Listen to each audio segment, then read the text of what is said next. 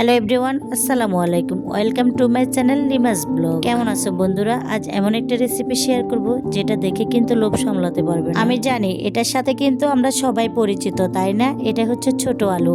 আজকে আলু আর ডিম দিয়ে আলুর ঘাটি রান্না করব।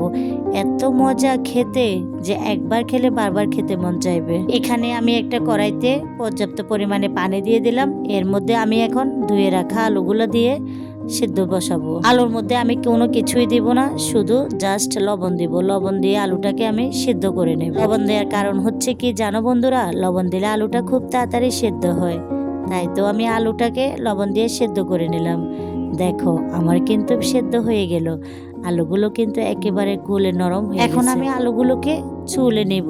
কত সুন্দর করে আলুগুলোকে আমি ছুলে নিলাম, দেখো তো দেখতে কি সুন্দর লাগছে, তাই না? এখন আমি একটা প্যানে সামান্য পরিমাণে তেল দিয়ে দিলাম। এর মধ্যে হচ্ছে আমি আলুগুলোকে ভেজে নেব। ভেজে নিলে এই আলুর স্বাদটা আরও বেড়ে যায় রান্না করলে। তাই তো আমি 5 থেকে 10 মিনিট সুন্দর করে ভেজে নেব, কিন্তু কালারটা যাতে সুন্দর আসে একটু হালকা হলুদ দিয়ে দেখো বন্ধুরা, হলুদ দেওয়ার পরে কি সুন্দর একটা কালার আসলো, তাই না? দেখে তো কি ভালো লাগছে। আমি তো কয়েকটা টপ টপ করে খেয়েও পেলে। আমার আলুগুলো ভাজা হয়ে গেছে। এখন আমি উঠিয়ে নেব সুন্দর করে একটা বাটিতে আলুগুলোকে।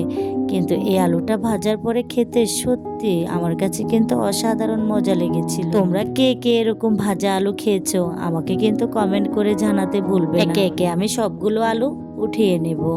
তারপরে আমি প্যানটাকে আবার ধুয়ে পরিষ্কার করে চুলায় রান্নার জন্য বসাবো। এখানে আমি প্যানের মধ্যে পর্যাপ্ত পরিমাণে তেল দিয়ে পেঁয়াজ আর হচ্ছে কাঁচামরিচ কুচি দিয়ে দেব, সাথে দিয়ে দেব আদা রসুনের পেস্ট। আমি এখানে এলাচ, দারচিনি, একটা তেজপাতাও দিয়েছি, সামান্য পরিমাণে গরম এখানে লবণ, হলুদ, মরিচ, জিরা গুঁড়ো, ধনিয়া গুঁড়ো দিয়ে দিলাম। এরপরে হচ্ছে কেটে রাখা টমেটোগুলো দিয়ে ভালোভাবে কষিয়ে নেব। আমার কিন্তু কষানো হয়ে গেছে। এখন আমি দিয়ে দিচ্ছি আলুগুলো। ভেজে রাখা আলুগুলো দিয়ে ভালোভাবে উল্টিয়ে পাল্টিয়ে আর একটু কষিয়ে নেব। এখানে একটু লবণের পরিমাণটা কম হয়েছে, আবার একটু লবণ দিয়ে দিলাম। বন্ধুরা আমি কিন্তু অনেকক্ষণ পর্যন্ত আলুটাকে সুন্দরভাবে কষিয়ে নেব তেলের মধ্যে। আলুটাকে যতক্ষণ পর্যন্ত তোমরা নাড়াচাড়া করতে থাকবে, এভাবে নাড়াচাড়া করবে আর কষাবে, এভাবে নাড়াচাড়া করবে আর কষাবে। দেখবে যত বেশি নাড়াচাড়া করবে, যত বেশি কষাবে, তরকারির স্বাদটা কিন্তু তত বেশি বের হবে। এভাবে নাড়াচাড়া করতে করতে আমার কষানো হয়ে গেছে। এখন আমি দিয়ে দিচ্ছি গরম পানি ঝোলের জন্য। ঝোলটা দিয়ে আমি হালকা নেড়ে ছেড়ে এখন ঢাকনা দিয়ে আমি চলে যাচ্ছি আরেকটা কাজ রেডি করতে। হচ্ছে আজকে আলুর ঘাটির মেন জিনিস, সেটা হচ্ছে ডিম ভাজা। আমি এখানে 3টা ডিম নিয়ে নিলাম। পেঁয়াজ, কাঁচামরিচ আর হচ্ছে টমেটো সবগুলোকে কুচি করে ডিমগুলো দিয়ে ভালোভাবে ভেজে নেব। এর সাথে লাগবে আমার লবণ আর হচ্ছে শুকনো মরিচ, এছাড়া আর কোনো কিছুই লাগবে না। আমি এখানে 2 চামচ পরিমাণ শুকনো মরিচ দিলাম, যেহেতু কাঁচামরিচ দিয়েছি তার জন্য বেশি একটা দেয়া লাগবে না। এখন আমি হাত দিয়ে ভালোভাবে কষলিয়ে পেঁয়াজ, মরিচ, টমেটো, কাঁচামরিচ সবগুলোকে চটকিয়ে নেব। এমনভাবে নেব দেখে মনে হচ্ছে আপনার জিভের পানি চলে আসবে। এর সাথে দিয়ে দিলাম আমি 3টা ডিম ফেটে। ডিমগুলোকে একটা কাঁটা চামচের সাহায্যে আমি ফেটিয়ে নেব। এখন আমি চুলার মধ্যে বসিয়ে দিলাম একটা প্যান। তেলটা যখন গরম হয়ে আসলো, ডিমগুলোকে আমি ঢেলে দিলাম।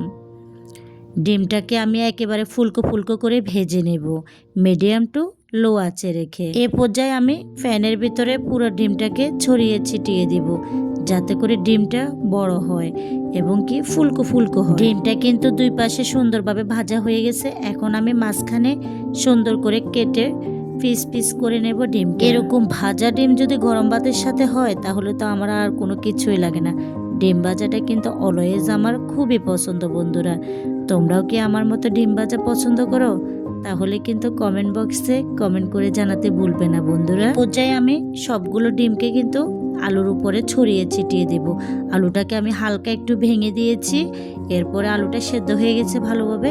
এখন কিন্তু লাস্ট ডিমটাকে দিয়ে আমি আলুটাকে রান্না করি না। ফাইনালি বন্ধুরা আমার কিন্তু রান্নার ডান। দেখো কতটা লোভনীয় আর কতটা মজা হয়েছে, যেটা না খেলে তোমরা বুঝতে পারবে না। একবার হলেও বাসায় ট্রাই করে দেখবে এভাবে ডিম আলুর রান্নাটা। দেখবে আমার ভিডিওটা যদি ভালো লাগে আমার চ্যানেলটা সাবস্ক্রাইব করতে